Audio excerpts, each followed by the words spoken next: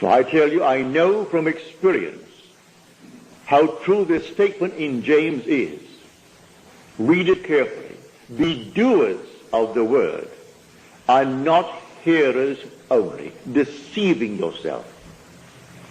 For he who is a hearer of the word and not a doer, he is like one who looks into the mirror and sees his natural face, and then he goes away and at once forgets what he looks like.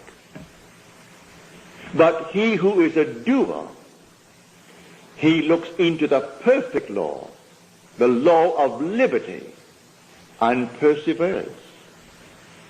And when he does that, he is blessed in his doing. That is acting, making the thing become alive within you. Now he tells us in the same chapter,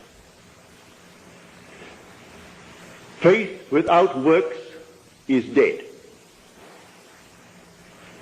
As the body, apart from the spirit, is dead, so faith without works is dead. He is not proposing that I substitute works for faith. Works are the evidence whether the faith I profess is alive or dead. I say I believe the story of Scripture. Well then, if you believe it, then do it. Said, whatever you desire, believe you have received, and you shall. Well, if I really believe that, I can't say I believe by quoting the Apostles' Creed. That's not belief. Going to church and genuflecting before some man-made little cross, that's not Scripture. Do you really believe the doctrines, the teachings of Scripture? Not the traditions of men, not the rituals, not the outer ceremonies, but the teachings of Scripture.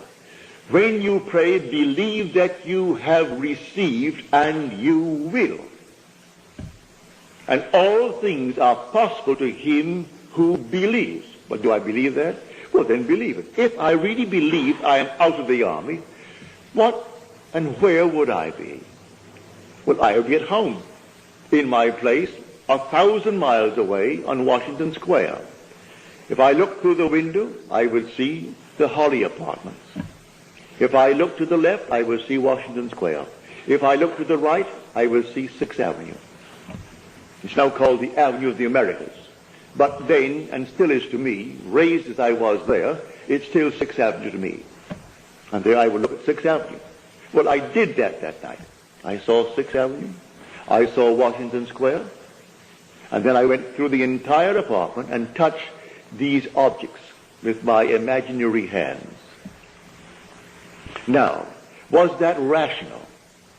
The world will say that was the most irrational thing that one can do. Now, what is reason? The office of reason is simply to extract, conclusions from premises.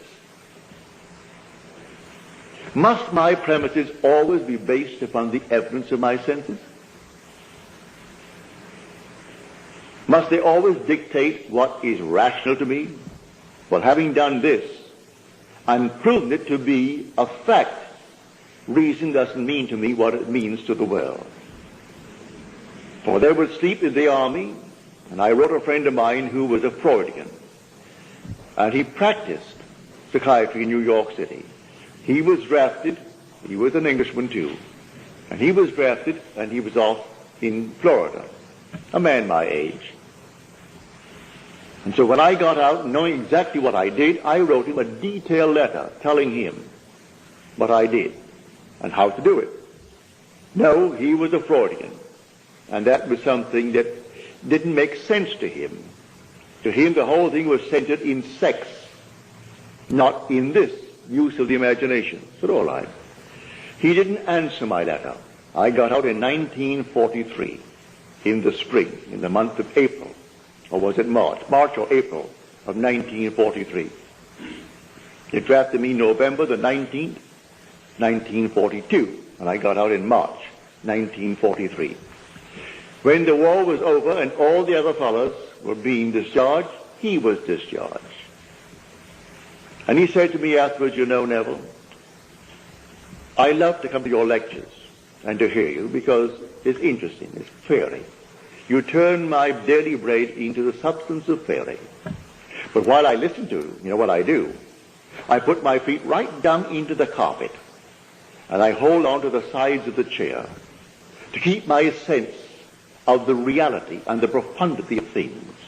For he kept on holding his little cot in the army for another 3 years because he couldn't let go and put himself where he wanted to be. So I am telling you how it's done. I am telling you how it's done from my own experience. That my perceptions are not necessarily bounded by organs of perception. I perceive more than sense, no matter how acute they are, could discover. My senses couldn't discover what I am seeing. Only in my imagination could it be done. I'm seeing the Holly Apartments. I am seeing 6th Avenue. I am seeing Union Square. I am seeing the bed, my wife, my child.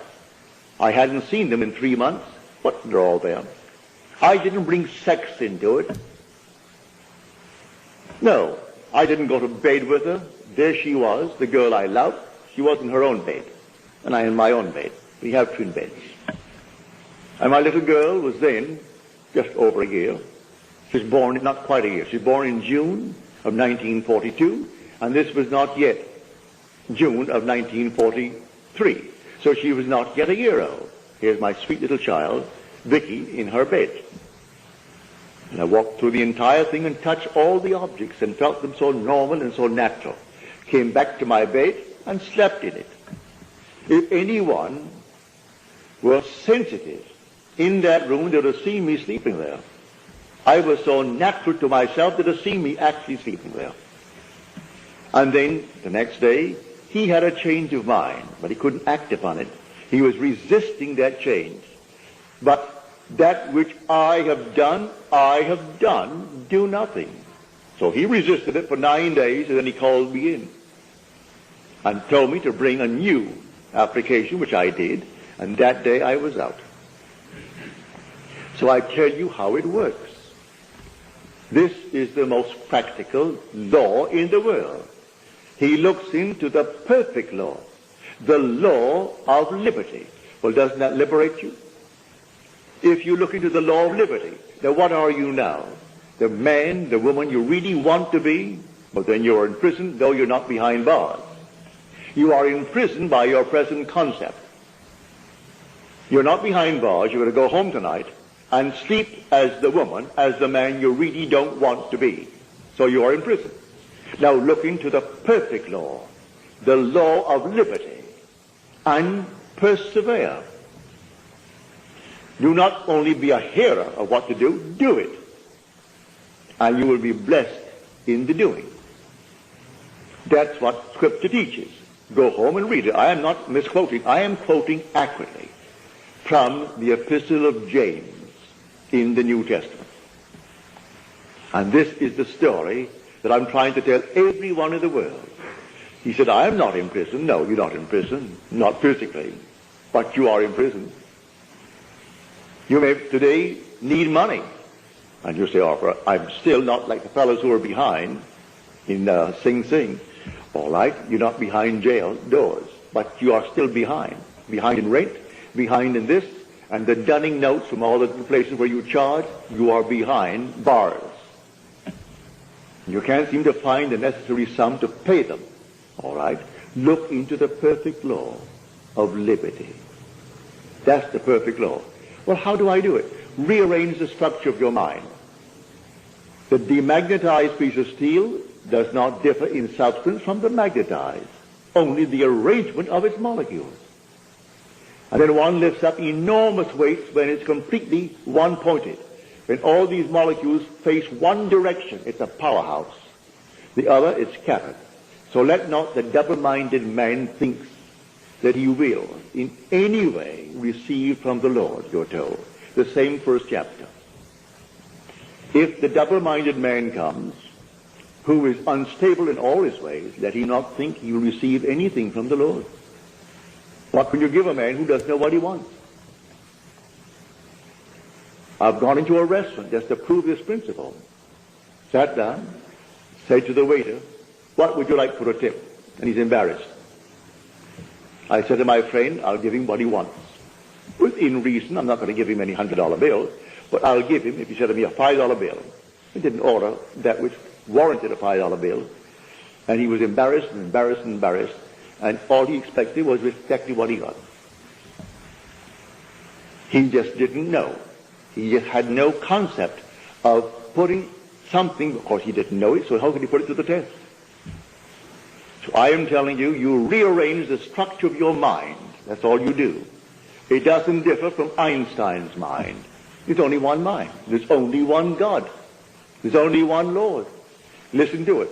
One body, one spirit, one hope, one Lord, one faith, one baptism, one God and Father of us all, who is above all, through all, and in all. If he's in you, that's the same one with the one body, the one spirit. So I'm not using a different mind. It's the same mind, but differently arranged. Go into one room and you see that someone doesn't know what to do with their furniture. Bring someone in who knows how to set a room. Come back an hour later after she's through with it, and you will think you're in an entirely different home. My wife used to pull that on me all the time. I'd come home and think I've just stepped into this entirely strange apartment, and wonder if I'm really at home. And she was hiding some other place. She had completely rearranged the structure of the furniture. It looked like an entirely different home. But she had that sense how to do it. And so she did it. So, with what you have, all you need is exactly what you have. For you have the mind of God. It's not a different mind, the same mind. And you simply rearrange the mind by a mere assumption. What would the feeling be like were it true? That I am now the man that I want to be. Now the woman that I want to be. But it's added, but persevere. You must persevere in it. If I call you now and you answer, one thing. Well, will you respond an hour later to the same call? Then if you persevere, you will. If now, an hour later, you think of yourself as you now, when you dare to assume that you are now the man that you want to be, an hour later, are you still assuming that state? If you're not persevering. You are the hearer who looked into the mirror with his natural face and he saw it. Then he went his way and at once forgot what he looked like. So if 1 hour from now you're not still assuming that you are the man that you want to be, you've forgotten. You are the hearer and not the doer. And he warns us of the vast difference between being a hearer and being a doer. The doer acts. God only acts and is in existing beings or men. So bear in mind that your wonderful world is not bounded by your senses. You perceive far, far more than your sense, no matter how acute it is, could discover. Your senses can't discover what now you're capable of assuming that you are. Your senses dictate what reason will allow. And your reason and your senses are bound together. Go beyond it. For what you now know from experience, what you know from the past, will not be what you will know when you know more than you now know. But having done it and proven it, I know more than I did when I was bounded by my senses. When I couldn't get out of a certain island on time to meet a commitment in Milwaukee, I knew what I did in the Army. I simply applied the identical thing, and I got out. When there was a long, long waiting list, thousands waiting for all the islands, and only 2 little ships, not big ships, 2 small little ships, one carrying not more than 60-odd passengers, and one carrying 120, and thousands waiting, and they only came once a month into the island. One every 32 days, and one every 3.5 weeks. How long would it take to get them all out? I didn't ask anyone a favor. Didn't ask my brother, who was a powerful businessman in the island, he criticized me for not arranging passage back to America when I left America. That that's the place where you should have done it. That's the powerhouse of the world, New York City. That's where all these things are done. And you dare to leave New York City when you could have arranged a round trip, and you come here on a one-way ticket? Well, I didn't ask any favors of him or any favors of any member of the family. I simply did exactly what I did in the army. And in 24 hours, I was called by the Alcoa company and given my passage over thousands who were waiting. Isn't my concern why she did it, or why someone else didn't get it in preference to mine, and my name is down at the very bottom. I wasn't at the top. I'm at the bottom of the list. It isn't my concern. I look into the perfect law, the law of liberty, and I persevered. I sat in a chair in my hotel room, and there I sat in the chair, and as soon I am next to the boat, I'm climbing up the gangplank. Just before we had a deep water harbor, so you had to go off to seal up maybe a half mile or a mile to sea on a little tender, and then take the gangplank and go up to the ship. So I felt myself bobbing as you would on the ocean, and then moving up the gangplank. I could smell the rawness of the sea. Got up to the top. My mind wandered. I brought it back down again and did it all over again. It wandered, brought it back down again, kept on doing it over and over until finally I did it. I fell sound asleep sitting in the chair in the act of doing. Next day, Alcoa calls me and gives me my passage for my wife and my little girl. So I'm telling you from experience, it doesn't fail, but we must not simply be hearers of the word. We must be doers of the word. For if you are a hearer and not a doer, you deceive yourself, he tells you. For we are the operant power. This law doesn't operate itself. It doesn't care if you're good, bad, or indifferent. Look around the world. Who would think that tonight someone serving life sentence in our jail is the same mind that sits in the White House? Who would think the one who sits now in the Vatican, that mind of the Pope is the same mind of the one who is groveling on his belly, trying to kiss his hand? So on Sunday, there'll be Palm Sunday, and they'll do all these things on Palm Sunday, the Holy Palms. And then comes Friday, then comes Sunday. And all this will go on and have all the show, fabulous show. And he who is being born on the backs of strong, strapping men does not differ from those who are his slaves bearing him. The same mind, but they have rearranged their mind to be slaves. And he has arranged his mind to be the Father, to be Papa, the great Pope. Same mind. There is only one mind in the world. There aren't two minds. That's why I can tell you, I know that when he stands before you, he will know you as his Father. And you will know him as your Son.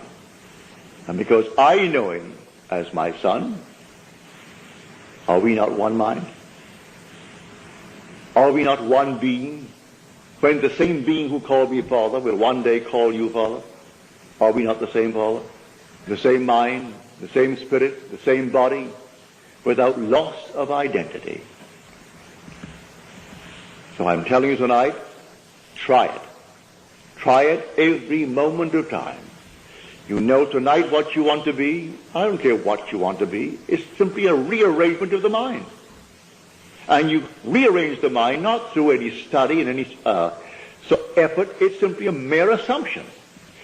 What do I want to be? Get it clear in my mind's eye. Well, then assume that I am it. Listen to the words in the book of Joel. Let the weak man say, I am strong. Let the weak man say, I am strong. That's in the book of Joel. Jehovah God. That's what the word would mean, Joel. You're called upon when you are dumb to assume that you're exactly what you want to be. Not dumb because you don't want to be that. You want to be as free as the wind. Well, assume that you are. May I tell you in a way that no one knows you'll become it. But you must persevere. And the word perseverance is true. If I don't believe it, well then 1 second later, I've turned back to my former state and become once more Lot's wife, the pillar of salt. Salt is a preservative. In the old days, the only way to preserve something is to salt it. Not so long ago when I was a little boy,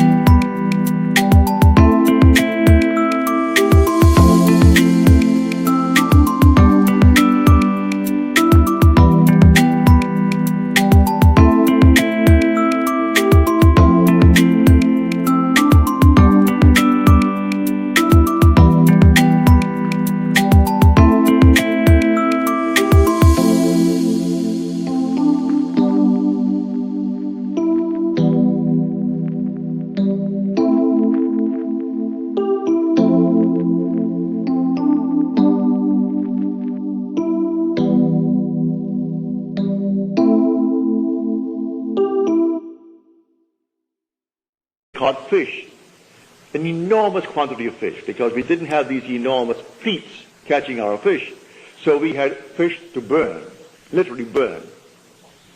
If they didn't get in before, say, 3 o'clock in the afternoon, what did they have? They could either put it onto the dung heap and make dung out of it, or clean it up and salt it. So they cleaned it up and salted it. It would keep indefinitely, for we had no refrigeration. So you salted the fish. Now we could have salt flying fish, if you wanted it that way. But fish that were not consumed by sundown was discarded. Use it for bait the next day, or use it in the dung heap and fertilize the fields with it. So salt is a preservative. So when Lot's wife was turned to salt, she turned back and went back to her former state. And that is all that it means. You look back and became a pillar of salt. You turned back to the state you said you would leave behind you. And looking back, you were salty. You were preserved in it. So turn away from what you really want to be. Turn back, you're going to be salted in it. So I ask you to leave what you are, unless you like what you are. The portions of what you are today that you like. All right, wonderful. There are other portions that you do not like. Well, you don't have to give up everything in your living room when you rearrange the structure of it. Certain pieces that you'll keep. You may change this location, but you'll keep it. The same thing is true with the structure of the mind. You keep certain things and you let other things go. Take friends in your world who are not doing well, rearrange them in your mind's eye, and they're doing well. So put that part of the structure in your mind's eye. Rearrange the entire structure and dare to assume that it's true and walk in that assumption. And that assumption, though at the moment is denied by reason and denied by your senses, if you persevere in it, it will harden into fact. This is the law of Scripture, that I came not to abolish, but to fulfill the Jewish law and the Jewish prophets. For there was no other Scripture in the first century but the Jewish Scriptures. So the word Jew is not placed before it to qualify it, but the only Scripture that he knew. He came to fulfill.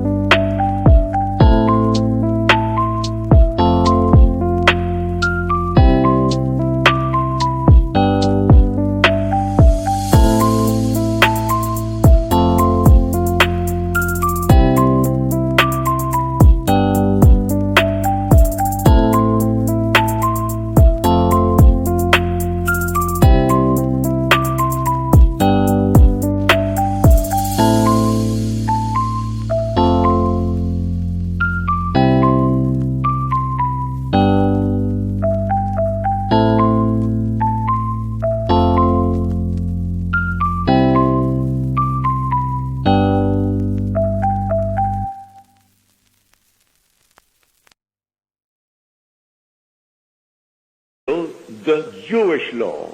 He reinterpreted the law psychologically and showed them exactly how it's done.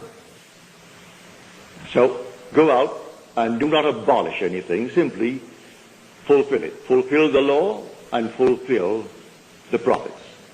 The prophets, when they're fulfilled, that's done by sheer grace. That comes. that comes by promise. And no one's going to stop it, may I tell you. But you could go on living in a state that you do not wish in this world.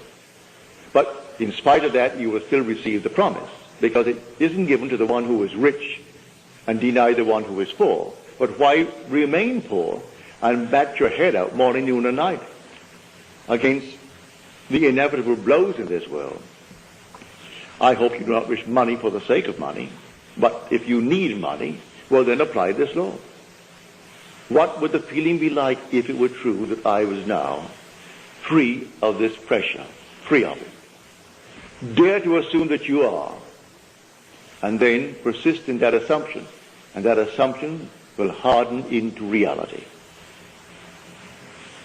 So this is my lesson tonight. I think you have found it a very practical one, but I must remind you, you can either be the hearer of what you heard tonight and not the doer. It is my hope that you will be the doer of what you heard tonight. And that when you leave here in the assumption, not waiting till you get home. Leave here in the assumption that you are already the man, the woman that you want to be. And then between here and home, think of the man that you have assumed that you are, and let that assumption spring in your mind constantly. You are that man. Go to bed in that assumption. Maybe this night, as it did with me in the army, something will come, and a voice will speak. And when vision breaks forth into speech, the presence of deity is assured. And maybe you will have confirmation that what you have dared to assume is. I know in my case it came that way. But it will come whether it breaks forth into speech or not, if you persist in the assumption. Welcome to How to Manifest Anything YouTube channel. If you enjoyed this video, like, share, and subscribe.